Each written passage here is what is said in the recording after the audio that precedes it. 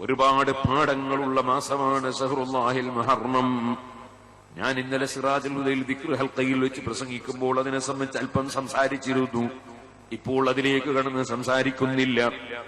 ഓ സുഹൃത്തുക്കളെ, അല്ലാഹു സുബ്ഹാനഹു വ തആല ബഹുമാനിച്ച ഈ മാസം നമ്മുടെ ഹിജ്റ വർഷത്തിന്റെ ആരംഭം മുഹറം കൊണ്ടാണ് സാധാരണ എണ്ണി വരുന്നത്. ബഹുമാനപ്പെട്ട സയ്യിദുനാ ഉമർ ഇബ്നുൽ ഖത്താബ് റളിയല്ലാഹു അൻഹുവിന്റെ ഭരണകാലത്ത് ഹിജ്റ 16-17 വർഷങ്ങളിൽ ബഹുമാനപ്പെട്ട ഉമർ ഇബ്നുൽ ഖത്താബ് റളിയല്ലാഹു അൻഹുവിന്റെ അടുക്കൽ ഒരു രേഖ കൊണ്ടുവന്ന് ഹാജരാക്കിയപ്പോൾ ആ രേഖയിൽ ശഅബാൻ മാസത്തിൽ അവധിയെത്തിയതായി രേഖപ്പെടുത്തിയിരിക്കുന്നു. അപ്പോൾ മഹാനവകൾ ചോദിച്ചു, അയ്യു ശഅബാൻ, ഏത് ശഅബാൻ മാസമാണ്? കഴിഞ്ഞ കൊല്ലത്തെ ശഅബാനാണോ, ഈ വർഷത്തെ ശഅബാനാണോ, അടുത്ത വർഷത്തെ ശഅബാനാണോ ഈ രേഖയിലുള്ളത് എന്ന് വ്യക്തമല്ലല്ലോ.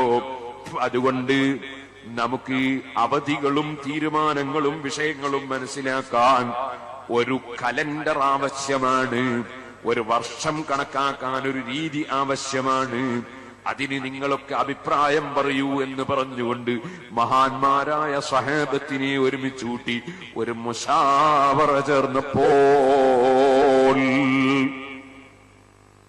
ആ മുശാവറ യോഗത്തിൽ വെച്ച് ചില ആളുകൾ പറഞ്ഞു, ഫ്രാൻസിലും റൂമിലുമൊക്കെ കലണ്ടറുണ്ട്, അത് അവിടുത്തെ രാജാക്കന്മാരുടെ ഭരണത്തെ കണക്കിലെടുത്തുകൊണ്ട് വർഷാരംഭം കുറിച്ച് അങ്ങനെ ഉണ്ടാക്കിയ വർഷത്തിന്റെ കലണ്ടറാണ്, അത് നമുക്കും പിന്തുടർന്നാൽ എന്താണെന്ന് ചോദിച്ചു.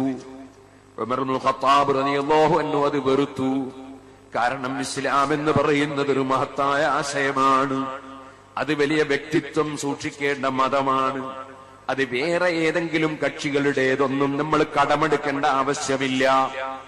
ഒരു വിഷയത്തിലും മറ്റൊരു കക്ഷികളുടേത് മുസ്ലിങ്ങൾക്ക് കടമെടുക്കേണ്ട ആവശ്യമില്ല. മുസ്ലിങ്ങൾക്ക് അവരുടെ വ്യക്തിത്വം നിലനിർത്തി ഇസ്ലാം പരിപൂർണമായി ഉൾക്കൊള്ളാൻ മാത്രം അതത്രയും വിശാലമാണ്, അത്രയും സുന്ദരമാണ്, അത്രയും സുതാര്യമാണ്, അത്രയും മഹത്വമേറിയതാണ്, അത്രയും പവിത്രതയുള്ളതാണ് ഇസ്ലാം.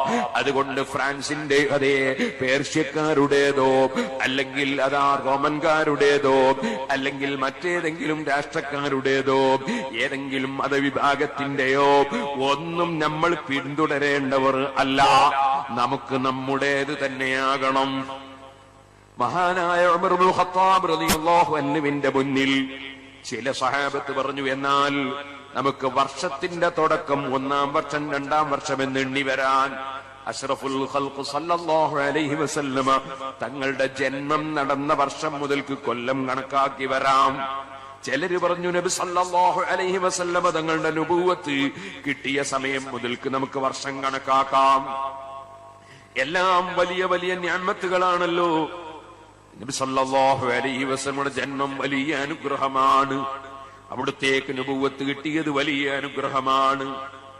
അതുപോലെ തന്നെ അല്ലെങ്കിൽ നബി സല്ലല്ലാഹു അലൈഹി വസല്ലമ തങ്ങൾ ത്യാഗോജ്വലമായ ഒരു യാത്ര നടത്തിയില്ലേ?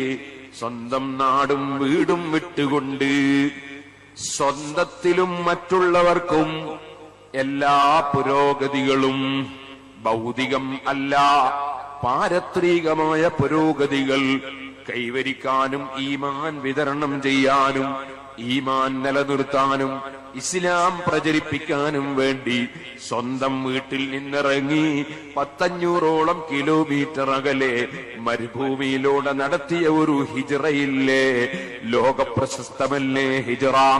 ആ ഹിജ്റയെ കണക്കാക്കി നമുക്ക് കലണ്ടർ ആരംഭിക്കാമെന്ന് ചിലര് പറഞ്ഞപ്പോൾ മഹാനായ ഉമർ ഇബ്നുൽ ഖത്താബ് റളിയല്ലാഹു അൻഹു ആ ത്യാഗോജ്വലമായ ഹിജ്റ നടന്ന വർഷം മുതൽക്ക് കൊല്ലം തുടങ്ങി എണ്ണുന്ന രീതിയുണ്ടാക്കാമെന്ന് തീരുമാനമെടുത്തു.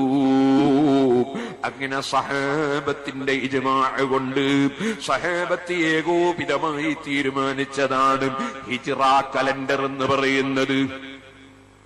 അങ്ങനെ ആ ഹിജ്റ വർഷം വാസ്തവത്തിൽ ഹിജ്റ നടക്കുന്നത് റബീഉൽ അവ്വൽ മാസത്തിലാണ്. നബി സല്ലല്ലാഹു അലൈഹി വസല്ലം ജനിച്ചതും റബീഉൽ അവ്വലിലാണ്. മദീനയിൽ എത്തിച്ചേർന്നത് റബീഉൽ അവ്വൽ 12 തിങ്കളാഴ്ചയാണ്. അവിടുന്ന് ജനിച്ചതും അങ്ങനെ തന്നെയാണ്. മദീനയിൽ വരുമ്പോൾ സഹാബത്ത് മൗലിദ് ഓതി നബി സല്ലല്ലാഹു അലൈഹി വസല്ലമ തങ്ങളെ റബീഉൽ അവ്വൽ 12 സ്വീകരിച്ചതാണ്. അന്ന് ചൊല്ലിയ പദ്യമാണ് തലഅൽ ബദ്റു അലൈനാ മിൻ സനിയാത്തിൽ വദാഇ വജബ ശുക്റു അലൈനാ മദഅ ലില്ലാഹി നബി സല്ലല്ലാഹു അലൈഹി വസല്ലമ തങ്ങളുടെ വരവിൽ സന്തോഷം പ്രകടിപ്പിക്കേണ്ടതുണ്ട്. അതിന്റെ പേരിൽ നന്ദി പ്രകടിപ്പിക്കേണ്ടതുണ്ട്. അതിന്റെ പേരിൽ സൽക്കർമ്മങ്ങൾ ചെയ്യേണ്ടതുണ്ട്. അത് ഖിയാമത്ത് നാൾ വരെ തുടർന്ന് നടക്കേണ്ടതുണ്ടെന്ന് റബീഉൽ അവ്വൽ 12 തിങ്കളാഴ്ചയിൽ സഹാബത്ത് ചൊല്ലിയ മൗലിദിൽ സഹാബത്ത് അന്ന് തന്നെ ചൊല്ലി പഠിപ്പിച്ചതാണ്. വജബ ശുക്റു അലൈനാ മദഅ ലില്ലാഹി ബാങ്ക് കൊടുക്കുന്ന ഒരൊറ്റ മനുഷ്യനെങ്ങാനും ജീവിച്ചിരിക്കുന്ന കാലത്തോളം നബി തങ്ങളുടെ വരവ് പ്രമാണിച്ചുകൊണ്ട് പടച്ച റബ്ബിന് ശുക്ർ ചെയ്ത് സൽക്കർമ്മം ചെയ്യൽ കടപ്പാടാണ്. ഒരുപാട്